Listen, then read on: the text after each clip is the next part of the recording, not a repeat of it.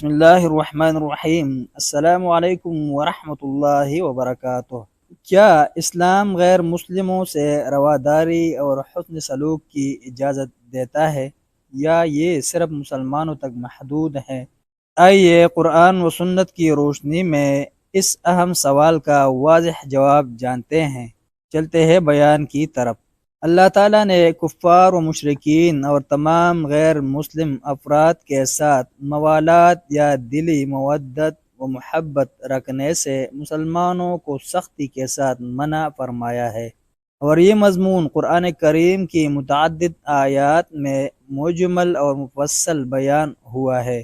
ان تصریحات کو پڑھنے یا سننے کے بعد حقیقت حال سے ناواقف غیر مسلم لوگوں کو یہ شبہ ہو سکتا ہے کہ مسلمانوں کے مذہب اسلام میں غیر مسلم افراد کے ساتھ کسی قسم کی رواداری اور تعلق بلکہ حسن اخلاق کی بھی کوئی گنجائش نہیں۔ اور دوسری طرف ان آیات کو سامنے رکھتے ہوئے جب کوئی مسلمان رسول اللہ صلی اللہ علیہ وسلم کی سیرت طیبہ، آپ صلی اللہ علیہ وسلم کے اخلاق عالیہ اور غیر مسلموں کے ساتھ احسان و سلوک اور ہمدردی و غم خواری، ایسے ہی صحابہ و خلفائے راشدین رضی اللہ عنہم اور سلف امت کی غیر مسلموں سے ہمدردی و رواداری اور حسن سلوک کے واقعات پڑھے جن کی مثالیں اقوام عالم میں ملنا مشکل ہیں، تو غیر مسلم بلکہ ایک سطحی نظر رکھنے والے مسلمان کو بھی قرآن و سنت کے احکام میں باہم تعارض و تصادم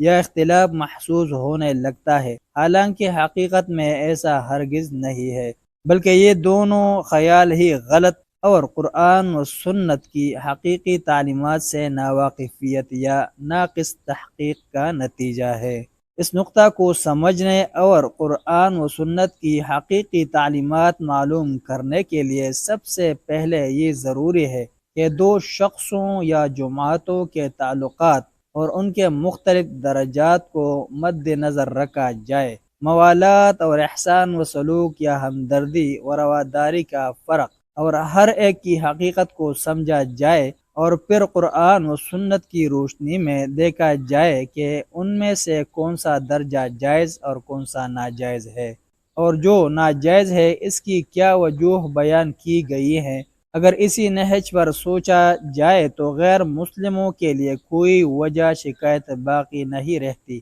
اور نہ آیات و روایات میں ہی کسی قسم کا اختلاف رہ جاتا ہے۔ چنانچہ تفسیر معارف القرآن جلد 2 میں سورہ آل عمران کی آیت 28 کی تفسیر کے ضمن میں لکھا ہے، بات دراصل یہ ہے کہ دو جماعتوں یا دو شخصوں کے مابین باہمی تعلقات کے 4 مختلف درجے ہوتے ہیں۔ پہلا موالات، دوسرا مواسات، تیسرا مدارات اور چوتھا درجہ ہے معاملات۔ موالات، ان درجات میں سے جو پہلا درجہ موالات ہے، اس کا معنی ہے کسی کے ساتھ دل کی گہرائی سے محبت و مودت رکھنا، اور یہ صرف مومنوں مسلمانوں کے ساتھ ہی خاص ہے۔ کسی غیر مومن و غیر مسلم کے ساتھ مسلمانوں کا یہ دلی تعلق کسی حال میں قطعاً جائز نہیں، اور قرآن کریم کی جتنی آیات ہم پیش کر چکے ہیں ان سے مراد اسی تعلق خاطر کی ممانعت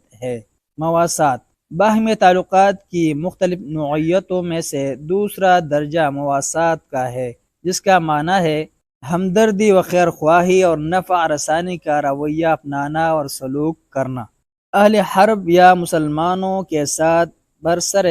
پیکار و جنگ کفار و مشرکین کو چھوڑ کر باقی تمام غیر مسلموں کے ساتھ یہ تعلق رکھنا جائز ہے، کیونکہ 28ویں پارے کے سورہ الممتحنہ جس کی پہلی ہی آیت میں اللہ تعالیٰ نے غیر مسلموں کے ساتھ موالات یا دلی تعلقات استوار کرنے سے روکا ہے، اور مؤمنوں سے مخاطب ہو کر فرمایا ہے، یا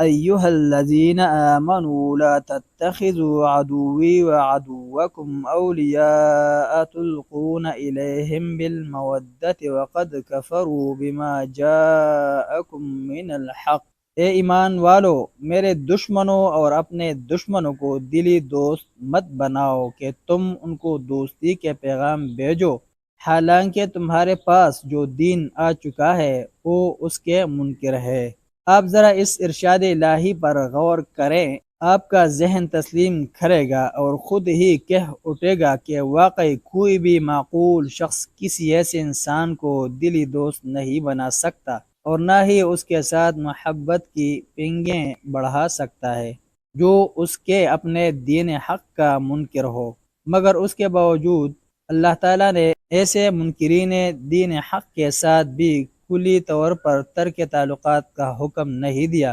بلکہ اسے سورہ الممتحنہ کی آیت 8 میں اس کے ساتھ احسان و انصاف اور ہمدردی و رواداری کے سلوک کا حکم فرمایا، بشرط یہ کہ وہ حربی غیر مسلم نہ ہو۔ چنانچہ ارشاد الہی ہے، لا ينهاكم الله عن الذين لم يقاتلوكم في الدين ولم يخرجوكم من دياركم أن تبروهم وتقسطوا إليهم إن الله يحب المقسطين۔ اللہ تمہیں اس بات سے نہیں روکتا کہ تم ان لوگوں کے ساتھ نیکی اور انصاف کا برتاؤ کرو جنہوں نے دین کے معاملہ میں تم سے جنگ نہیں کی اور تمہیں گھروں سے نہیں نکالا، اللہ انصاف کرنے والوں کو پسند کرتا ہے۔ اور اس سے اگلی آیت 10 میں اہل حرب کفار سے موالات کے ساتھ ساتھ مواسات یعنی احسان و ہمدردی کے سلوک سے بھی منع کرتے ہوئے فرمایا، انما ينهاكم الله عن الذين قاتلوكم في الدين واخرجوكم من دياركم وظاهروا على اخراجكم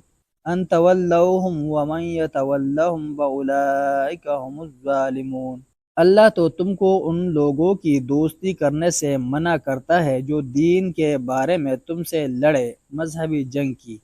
اور انہوں نے تمہیں گھروں سے باہر نکال دیا اور تمہیں نکالنے پر تمہارے دشمنوں کی مدد کی، اور جو لوگ ایسے لوگوں سے دوستی رکھیں وہ گنہگار ہیں۔ اول الذکر تعلق موالات تو صرف اہل ایمان مسلمانوں کے ساتھ خاص ہے، جبکہ یہ ثانی ذکر تعلق مواسات صرف اہل حرب کفار کو چھوڑ کر باقی تمام غیر مسلموں کے ساتھ جائز ہے۔ مدارات تعلقات کی ان 4 قسموں میں سے تیسرا درجہ مدارات کا ہے، جس کا معنی ہے باہمی خوش اخلاقی اور دوستانہ راہ و رسم۔ یہ بھی تمام غیر مسلموں کے ساتھ جائز ہے، جبکہ اس کا بنیادی مقصد ان کو دینی اعتبار سے نفع پہنچانا اور اپنے قریب لانا ہو تاکہ خوشگوار ماحول میں ان تک اسلام کا پیام امن پہنچایا جا سکے اور انہیں دین حق کی تبلیغ کی جا سکے، یا پھر ان میں سے کوئی شخص مہمان بن کر آ جائے تو اس کے ساتھ خندہ روئی اور حسن اخلاق سے پیش آنا بھی اسلام کی ہمگیر تعلیمات کے منافی نہیں۔ ایسے ہی جہاں وہ غالب اکثریت والے ہوں اور ان کے شر یا ضرر رسانی کا خدشہ ہو تو وہاں بھی اپنے آپ کو اس خدشہ سے محفوظ رکھنے کے لیے اللہ تعالیٰ نے ان کے ساتھ محدود پیمانے پر خاطر و مدارات رکھنے کو جائز قرار دیا ہے۔ سورہ آل عمران کی آیت 28 میں اللہ تعالیٰ نے مومنوں کو چھوڑ کر کافروں سے دلی محبت کی پنگیں بڑھانے والوں کو سختی سے منع کیا ہے، جس سے عدم موالات مراد ہے۔ ساتھ ہی ارشاد فرمایا، الا ان تتقوا منہم تقات، سوائے اس کے کہ تم ان کے شر سے اور ضرر سے بچاؤ کے لیے ان کے ساتھ کچھ تعلقات بحال رکھو۔ یہاں جن تعلقات کو جائز قرار دیا گیا ہے ان سے یہی مدارات کا درجہ ہی مراد ہے، اور چونکہ اس درجہ مدارات میں بھی دلی موالات کی ہی ایک شکل پائی جاتی ہے، لہذا اللہ تعالیٰ کے مومن بندوں کے دلوں میں اس مشابہت کی وجہ سے خلش پیدا ہو سکتی ہے، اس لیے اللہ تعالیٰ نے اس خلش کے سد باب کے لیے اس کو موالات سے مستثنیٰ کر کے جائز قرار دے دیا ہے، اور تمام ادیان عالم میں سے صرف دین اسلام کو ہی یہ امتیاز حاصل ہے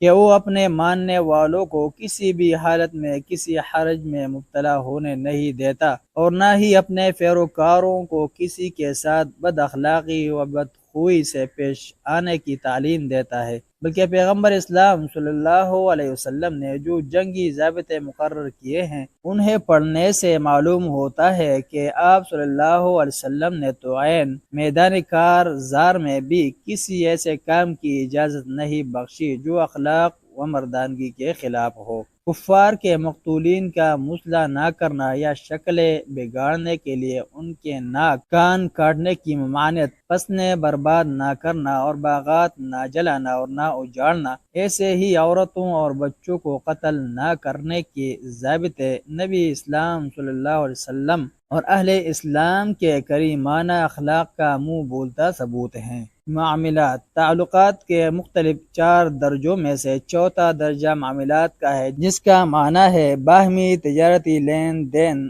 اجرت و ملازمت اور صنعت و حرفت کے معاملات۔ یہ بھی تمام غیر مسلموں کے ساتھ جائز ہے، مگر ایک شرط کو پیش نظر رکھنا ضروری ہوگا کہ ان معاملات سے مسلمانوں کے مفاد عامہ کو نقصان نہ پہنچتا ہو۔ رسول کریم صلی اللہ علیہ وسلم، خلفائے راشدین اور عام صحابہ کرام رضی اللہ عنہم اجمعین کا تعامل اس بات پر شاہد ہے، اور تمام فقہاء اسلام نے اسی بنا پر اہل حرب کفار کے ہاتھوں اسلحہ یا جنگی سامان فروخت کرنے کو ممنوع قرار دیا ہے اور باقی تجارت وغیرہ کی اجازت دی ہے۔ انہیں اپنے اداروں یا کارخانوں میں ملازم رکھنا یا خود ان کے یہاں ملازمت کرنا جائز ہے، بشرط یہ کہ ان امور سے عام مسلمانوں کو نقصان نہ پہنچتا ہو۔ ان تفصیلات کو اگر سامنے رکھا جائے تو نہ غیر مسلموں کے لیے اسلام اور مسلمانوں کے خلاف تنگ نظری یا عدم